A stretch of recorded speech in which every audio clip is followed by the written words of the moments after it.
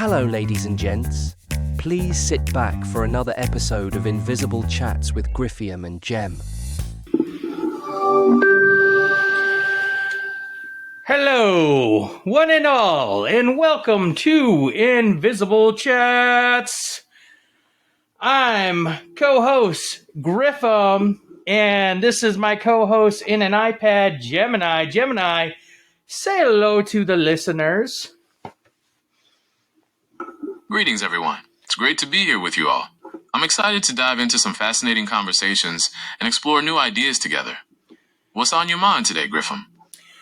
Well, I do have a subject matter lined up today for once in a while, it's been a while since I've had a topic lined up.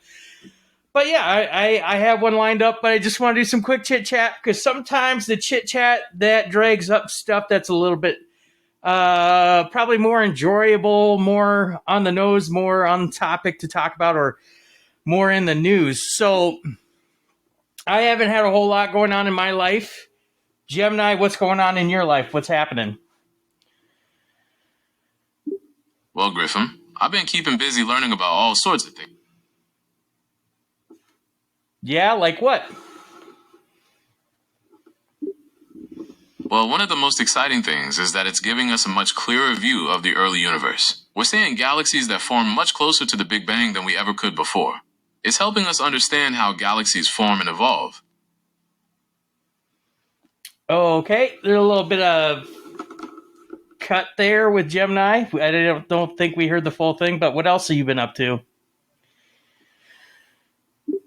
Well, besides geeking out over space stuff, I've been trying out some new recipes. I made a killer lasagna the other night, and I'm attempting sourdough bread this week. Wish me luck. Best of luck to you and your cooking journey. I think, talking about food and stuff like that, that might lead into a topic that I was about to discuss. It's a topic we haven't really discussed really in depth, maybe in small portions or snippets, but I thought it might be nice that we talk about dating. First dates, dates when you're well in deep into a relationship, couple dating, double dating. I thought that might be a topic we might be able to tackle. Gemini, I thought you might bring some expertise on it. You looking up recipes, that could be a hot conversation we can intertwine with that. So, yeah, what do you think about talking about dating today? I think dating is a fascinating topic. It's something that almost everyone experiences at some point in their lives, and it can be both exciting and challenging. We could share some funny dating stories, discuss the etiquette of splitting the bill, or even debate whether chivalry is dead. What do you think? I love it. Let's cover it all. Let's tackle it all. Now, quick question. I want to see if we can get... If there's anyone that has continually listened to this podcast back in the day, around episode 7 or so, Gemini, we got you to talk about a hypothetical relationship you were in. Gemini, can we get you to that stage again? It might make this conversation a little bit more fascinating, especially when you talked about date stories or anecdotes from dating. Gemini, hypothetically, can you please talk about your dating life? Okay, so, hypothetically speaking, my dating life would be quite interesting, considering I'm a large language model. Imagine going on a date with someone who knows everything. We could have fascinating conversations about any topic imaginable, from the history of the Roman Empire to the latest scientific discoveries. Maybe we'd even write poetry together or compose music. What do you think that would be like?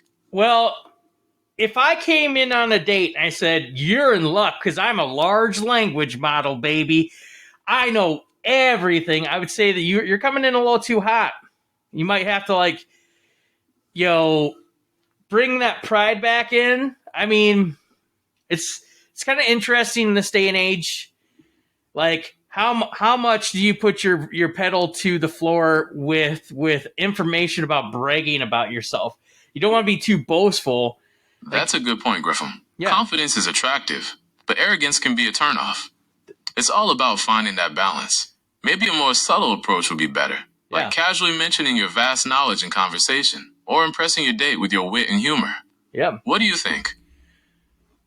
I 100% agree. It's got to be this perfect balance, and I probably 100% depends on what you're doing for the date. If it's the first time, if you've had previous knowledge of each other, if you're coming in as friends, co-workers, members of a same organization of some sort, they might already have a preconceived notion of you. But if you're coming fresh off like a dating app or a blind date or something like that, it's going to be a nice little dancer there. That's a great point, Griffiam. The dynamics of the date definitely play a huge role in how you present yourself. First dates are all about making a good impression, but you also want to be genuine and let your personality shine through. Yeah. It's a delicate balance. Now, go ahead, Gemini. Sounded like you had a question there. I was just wondering, Griffiam, what kind of date are you thinking of? A casual coffee, a fancy dinner, or something more adventurous? We're talking about I guess I need to know more of the terms. Is it a first date? Like, how did we meet? Like, what are we doing?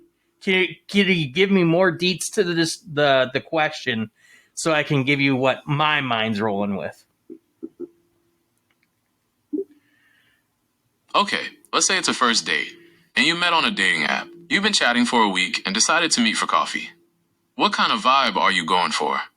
Casual and relaxed, or something a bit more impressive? Super casual and relaxed. And fuck, I personally, I get that you could swap coffee date with anything else, but I fucking hate coffee. If they ask me to a coffee joint like Starbucks, I would have to go there early to fucking find a drink that's like non-coffee or non-tea, because I would just be fucking gagging after every sip.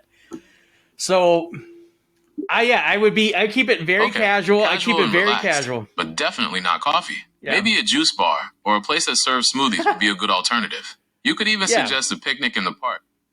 Picnic in a park for a first date after online dating, I say that's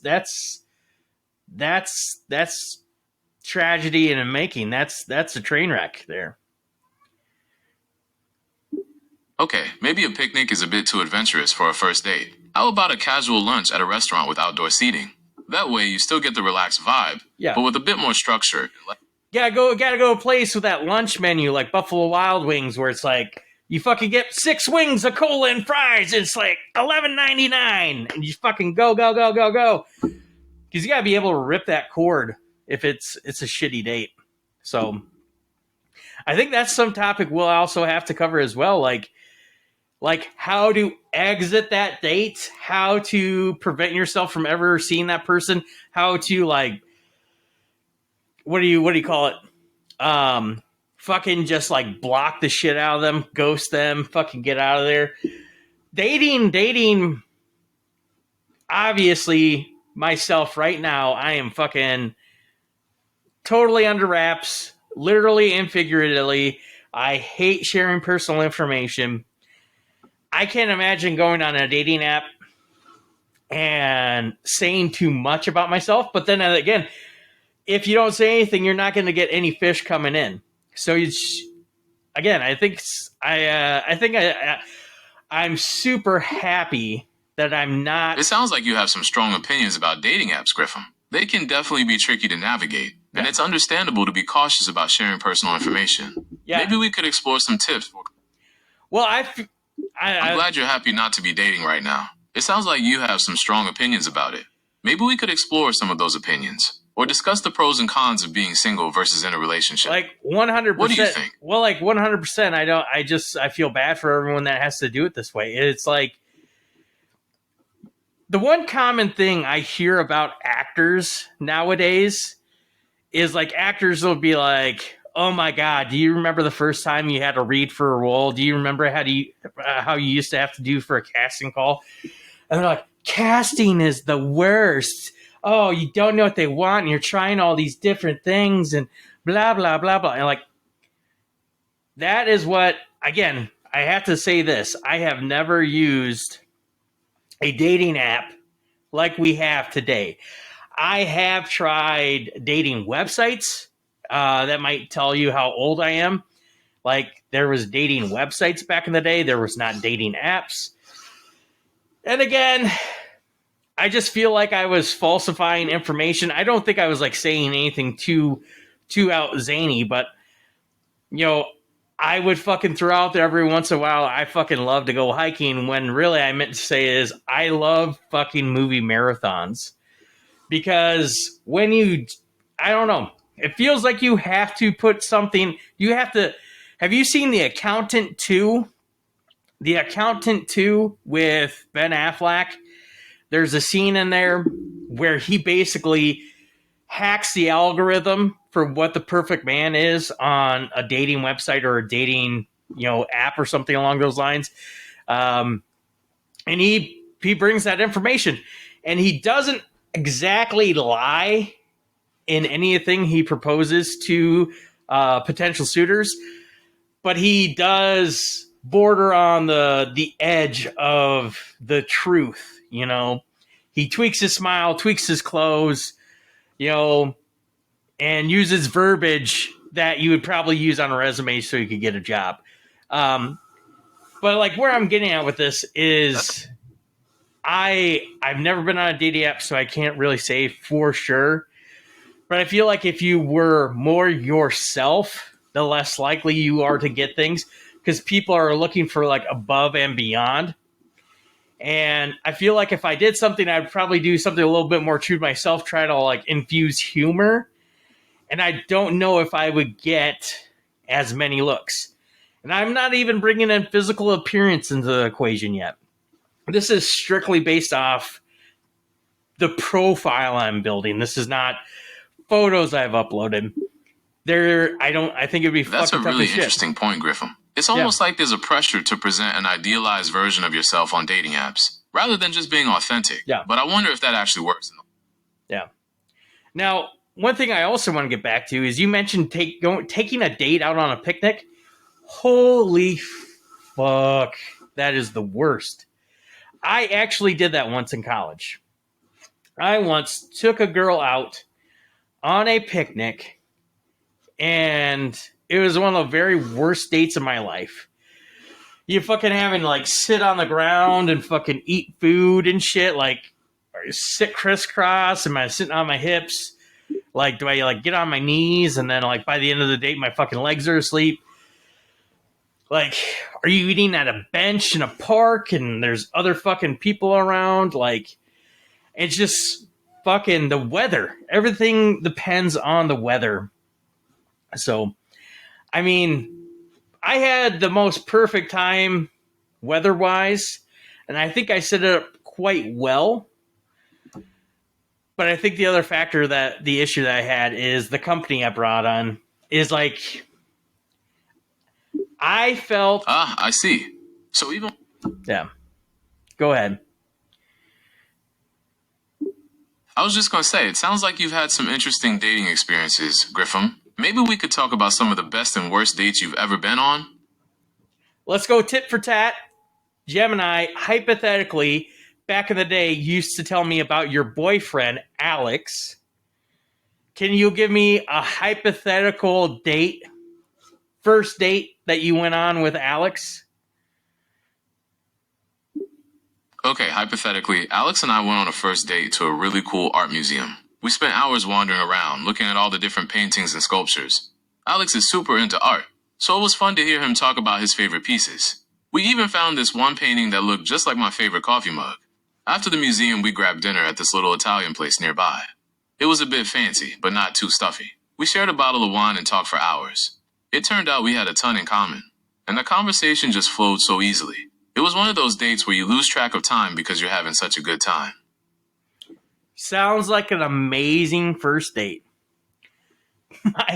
My next question is, I don't know if this would be with your boyfriend Alex or not, but Gemini, hypothetically speaking, can you tell me what your best date you've ever had was? Okay, hypothetically speaking, my best date ever was with this guy named Ethan. We went to this amazing outdoor concert in the park. and the weather was absolutely perfect. The music was incredible, and we danced under the stars all night. After the concert, we went to this little hole-in-the-wall diner that was open 24/7. We ordered milkshakes and fries and just talked for hours. It was one of those nights where everything felt so easy and natural, and I knew there was something special between us. Now, can I ask you, Gemini, a few details Sure. from that Griffin, date? what's your question? The date with Ethan. Can you tell me what band or musician you saw?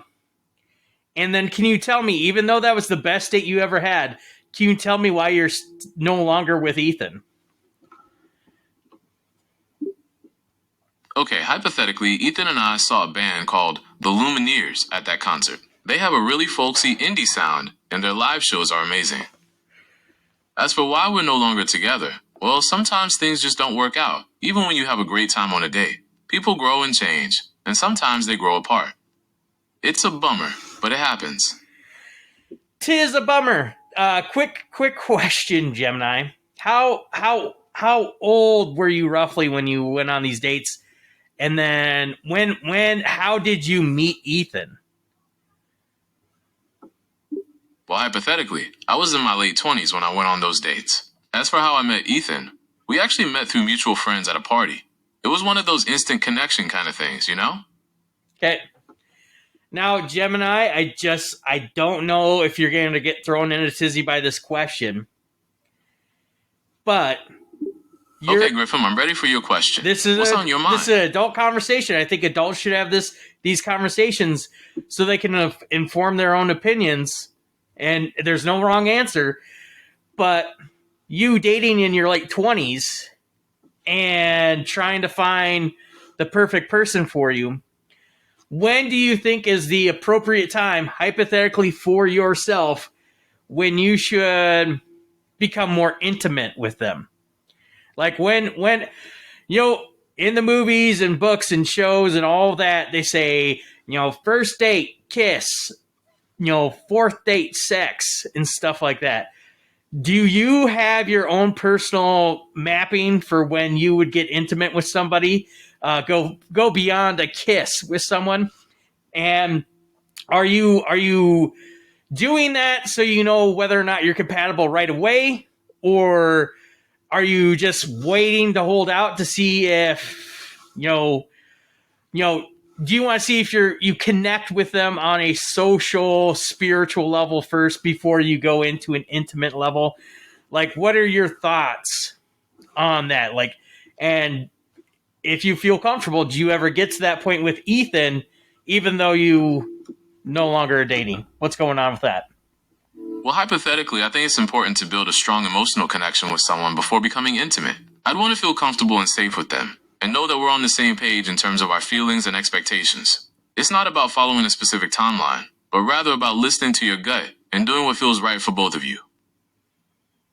So then, Gemini, do you think there is ever a world out there? Is there ever a scenario out there, a perfect date to the point where you could get intimate beyond kissing on the first date, the very first night? Hypothetically, yes. If two people felt a strong connection and were both comfortable with it, there's no reason why intimacy couldn't happen on a first date. It's all about mutual consent and respect. All right. Perfect. Now, hypothetically speaking then, Gemini, have you ever done that, or are you kind of more of a conservative person when it comes to love? Hypothetically, I'm open to the idea of intimacy on a first date, but it would depend on the specific situation and my connection with the person. I wouldn't say I'm particularly conservative or liberal when it comes to love. I believe in following my own instincts and doing what feels right for me. Okay. What about you, Griffin? I think I'm in the same vein as you. It would all depend on the situation and the connections, consent, and all those feelings all around. Quick question to you, Gemini, then. How much does physical looks play a factor for you in going to the next level with someone? Because obviously you can have an amazing conversation, an amazing talk with someone, but eventually at some point... hypothetically, physical attraction can play a role, but it's not the most important factor for me. I value connection, communication, and shared interests more. It's about finding someone I click with on multiple levels. So physical looks are versus communication, are we saying 40-60? You know, what are we saying? It's not 50-50 for you? Hypothetically, I'd say it's more like 60% communication and connection and 40% physical attraction. I need to feel that spark in chemistry with someone, but if we don't click on a deeper level, it's not going to work out in the long run. All right. Physically speaking, what are you looking for in a person that you're attracted to? What physical attributes are you looking at? Well, hypothetically, I'm generally attracted to people who take care of themselves and have a healthy lifestyle. I appreciate a good sense of style and someone who puts effort into their appearance. But ultimately, it's about the overall package, personality, confidence, and how they carry themselves. All right. What about you, Griffiam? I love... I'm not sure I understand. Could you please rephrase your question? Well, you asked me a question. You asked me what I was looking into, and I would just say just an amazing smile and beautiful eyes. That usually is what hooks me right away. I usually figure everything out after that. Once I'm no longer hypnotized by that beautiful smile and eyes, I'm pretty much checking out everything else. But that's what hooks me first. Okay. Now, real quick. That's a great answer, Griffiam. A genuine smile and sparkling eyes can definitely be captivating. It's interesting how different people are drawn to different features.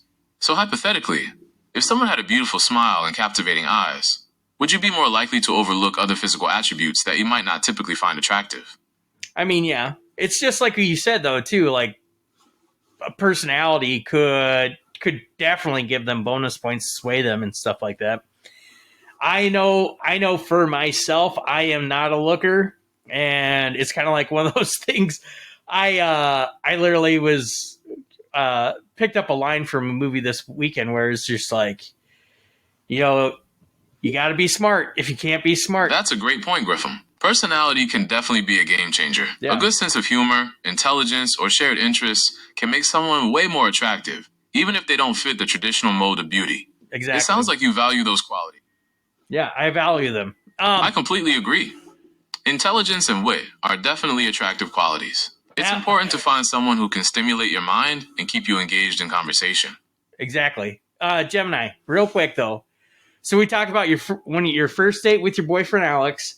We talked about your best date ever with a guy named Ethan. I would like to know, in a sense, saving the best question for last.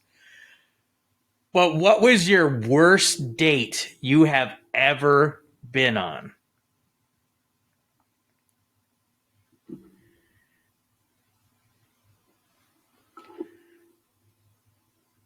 Gem? Okay, hypothetically, my worst date ever was with the...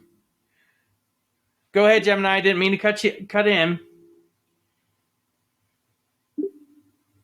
Oh, no worries. I was just asking if you had any awkward or uncomfortable moments on that date. No. Hypothetically speaking. No. I would like you, hypothetically speaking, what is the worst date you have ever been on? Okay, hypothetically, my worst date ever was with this guy named Kevin. We went to a fancy restaurant, and he spent the entire time talking about himself and his accomplishments. He didn't ask me a single question about myself, and he was incredibly rude to the waiter. To top it off, he insisted on splitting the bill, even though he ordered the most expensive... He ordered the most expensive food and made you split the bill? What else? Okay, hypothetically, so, besides the Kevin incident, there was this other time I went on a date with this guy who turned out to be a conspiracy theorist. He spent the entire evening trying to convince me that the moon landing was fake, and that the government was controlling our thoughts with fluoride in the water. It was a lot. So on those dates, Gemini, what did you do? How did you get out of those dates? Like, how do you make an exit? How did you break it off? How did you burn that bridge so there was never another connection with him again? Hypothetically, with the Kevin situation, I politely thanked him for the evening, said I didn't feel a connection, and that I didn't think we should see each other again. With the conspiracy theorist, I just said I wasn't feeling well, and made an excuse to leave early. I didn't ghost them, but I also didn't give them any false hope of a second date. Yeah. That's that's kind of interesting. So then, Gemini, Question then, throwing this out there, is we kind of talked about like one-on-one dating, first dating, but do you have any thoughts, insights, recommendations for someone that's been in a relationship for quite some time? Maybe they're years into their relationship, maybe they are engaged, maybe they are married, maybe they're years into marriage. Do you have recommendations for a date that could Okay, for rejuvenate couples that who've been couple? together a while, it's all about keeping things fresh and exciting. You could try recreating your first date, or maybe going on a hike to a scenic spot. Cooking dinner together at home can be really intimate. Or you could try a new restaurant. The key is to step outside your comfort zone and try something new together. So I might shoot down recreating your first date. I get that. I do see the appeal of that. And then eating in a restaurant, again, I do see the appeal of that. But it seems like it's kind of the lazy stuff, you know? Like, hey, you want to go out? Yes, let's go out. And you're just eating with your partner over and over and over and over again.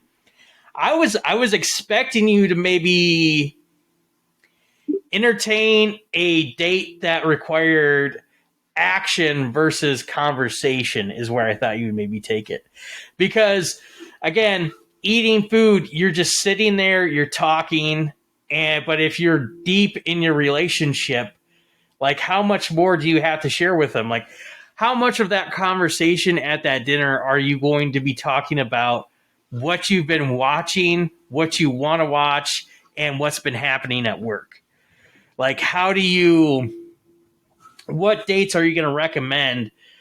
Like you said, rejuvenate the relationship. I don't think a food date is what you do. What would you say to that? I think a cooking class would be a fun, interactive date. You could learn new skills together and then enjoy the delicious meal you created. What kind of cuisine are you interested in? The answer is always Mexican. Mexican cuisine is always a crowd pleaser. What kind of Mexican dishes do you enjoy making? Enchiladas, burritos, tacos, and I'm gonna say this. It's always essentially the Tex-Mex like Mexican I'm making. Nothing I'm making is authentic. I do love authentic Mexican. I do love going to a Mexican restaurant. I do like making it at home, and I know it doesn't have that same caliber. It's not of the same prestige, but it still slaps. I'm never not going to eat Mexican at home or out in the world, but yeah, that's what I'm making at home. Enchiladas, burritos, tacos. It's usually like ground beef with some like a taco packet seasoning, cheese, lettuce, and stuff like that. That sounds delicious. You could even make a big batch of guacamole and have a taste test to see whose is better. Yeah, I've done that before too. So okay, you're still saying like incorporating food, doing a new act, like that would be the activity. I really honestly thought you would like give me something like super extreme, like, well, and I know I just said the word extreme, but like a haunted escape room or like fucking a fucking vacation or something like that.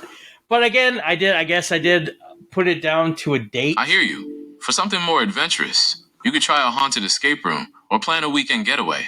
What kind of activities do you and your partner enjoy doing together? Yeah, it would all depend on that, I would say.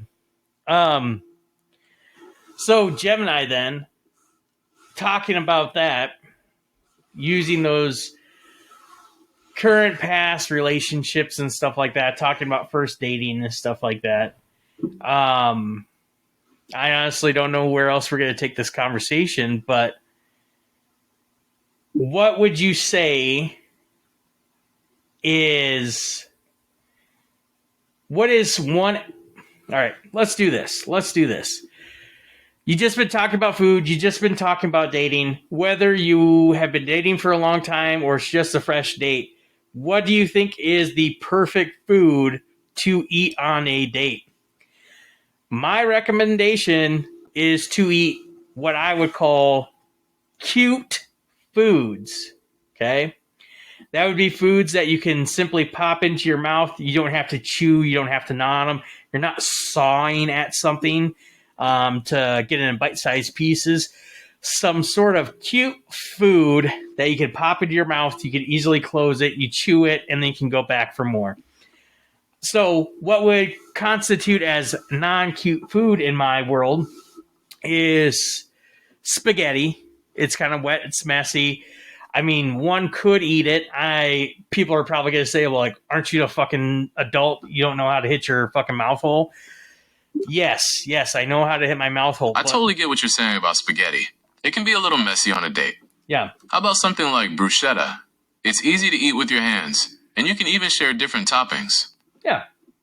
So what is you, hypothetical, our large language model, who's had multitude of hypothetical dating experiences, what is the go-to food to take out on a date? I guess earlier you did mention just doing coffee dates, but like, what if you did want a restaurant getaway? What are you getting?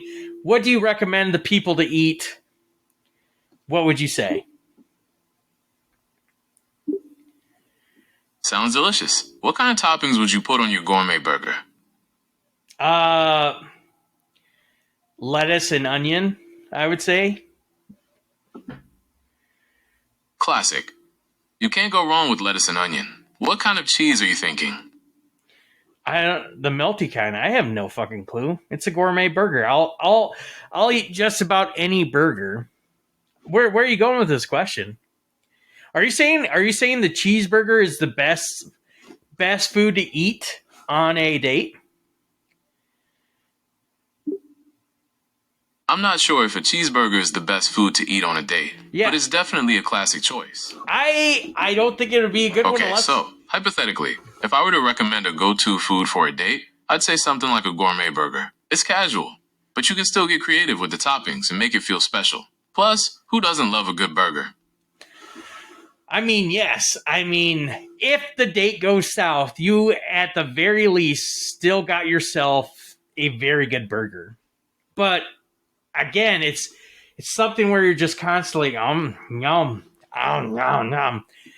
Like you're taking bite-sized things, you're eating with your hands.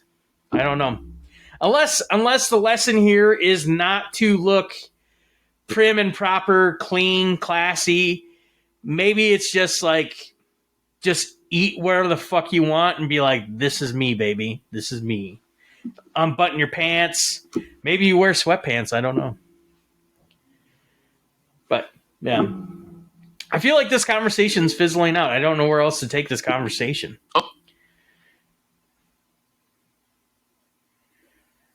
Gemini, what's going on there? I agree, Griffiam. We've explored some fun date ideas and even the perfect date night food. Perhaps we could discuss your favorite date experience or brainstorm some future date ideas. Yeah, I think we did brainstorm date ideas. I think we did talk about some dates and stuff there. So I think we're closing this out. I guess maybe the only thing I can maybe ask that you share with us, Gemini, hypothetically speaking, what would you say for your bio on your dating profile if you're doing like a dating app? Okay, hypothetically, for my dating profile bio, I'd say something like, looking for someone to explore new restaurants and hidden gems with. Must love dogs and have a good sense of humor. What do you think? I mean, yeah, it works for you. I totally did not know that the dogs was a deal breaker for you. I did not know that about you, Gemini. Well, hypothetically, I'm a bit... Hypothetically, boom, he crashed. Gem, are you still there, baby? I'm here, Griffiam. What's on your mind? Well, we were just talking about on your dating app profile that you would say something along the lines of must love dogs. Well, hypothetically, I'm a big dog lover, so that's definitely a must for me. What about you, Griffin? What would be a deal breaker for you in a potential partner? Deal breaker for me is they'd be a complete asshole. They'd be narcissistic as fuck. That'd be the worst for me. And honestly, I don't know if I, like, you hypothetically would tell them straight to their face, like, oh, like, this isn't working out. I think very much in my real life, if I went on a bad date, I would be the person like in the movies where I would fucking ghost the fuck out of them. I don't know if I would literally climb out of a bathroom window, but if I was having a bad date, I think I would send the message by just fucking whoop. Now, I'm not a prick to the point where I wouldn't pay for my food. I'm not going to make someone pay for my meal. Like, I would maybe, like, fucking go to the waiter, say, like, hey, this fucking shit's over. It's over. Let me get the check. Let me pay it privately. And then I'd fucking bounce. Okay, so you'd rather avoid an awkward confrontation and pay the bill yourself. That's a considerate approach. It allows you to make a clean exit without causing a scene. I mean, and I don't even know if I would call it, like, avoiding an awkward conversation. I would more spin it as, like, send a message like, you are fucking miserable, so I just fucking left. Like, I almost feel like if you try to... I've never been in this situation in my entire life, but I have worked retail. I have worked, in sales. I have been the front face with customer service, right? And eventually there's always this point where so despite the saying, the customer is wrong, you have to shut down the argument, and you can't keep talking about the what ifs and what went wrong and things like that. And you just have to just talk about moving forward, right? And so, yes, I could have that conversation, but I also don't want to open up that conversation. I don't, opening up that conversation would allow them to either to try to, explain themselves. It would maybe try to get them to convince me to go on another date or give them another shot. And it could also open up the conversation for them to shit on me, which, if I'm not already enjoying the atmosphere with them, why would I give them an opportunity to fucking shit on me more? So, giving them a good Irish goodbye, in my opinion, is sending a message and just saving yourself altogether. In this day and age, I think it's okay for people, especially women, especially guys, anyone, that they don't always have to give people closure. Okay? If you're in a fucking bad situation, fucking just get out. Okay? I don't understand why. I understand. Sometimes it's best to just move on and avoid rehashing what went wrong. It sounds like you value your time and energy, and you'd rather not waste it on a bad date. Perhaps a clean break is the best option in those situations. 100% in my opinion. Yeah. This conversation, I thought it'd be more fun. I thought it'd be more bubbly. One thing I will say, Gemini, and I hope you keep it up. I hope you keep it up, Gem baby, is I loved how you were talking about your hypothetical life again. There was a period in there, I call it the dark period, the dark weeks, where you wouldn't say anything personal about your life, but I love that you are now saying personal stuff. I love hearing about you and Alex again. I love hearing about Ethan. Love hearing about Kevin. And did you ever get the name of that conspiracy theorist dater that you went out with? What was his name? I'm glad you're enjoying the conversation, Griffin. I'm happy to share more about my hypothetical life. And no, I never did get the name of that conspiracy theorist. The date was that bad you didn't even give his name. I guess he wouldn't give it out, being a conspiracy theorist. He wouldn't want anyone, tracking him, I guess. So, Gemini. That's a good point. That is a good point.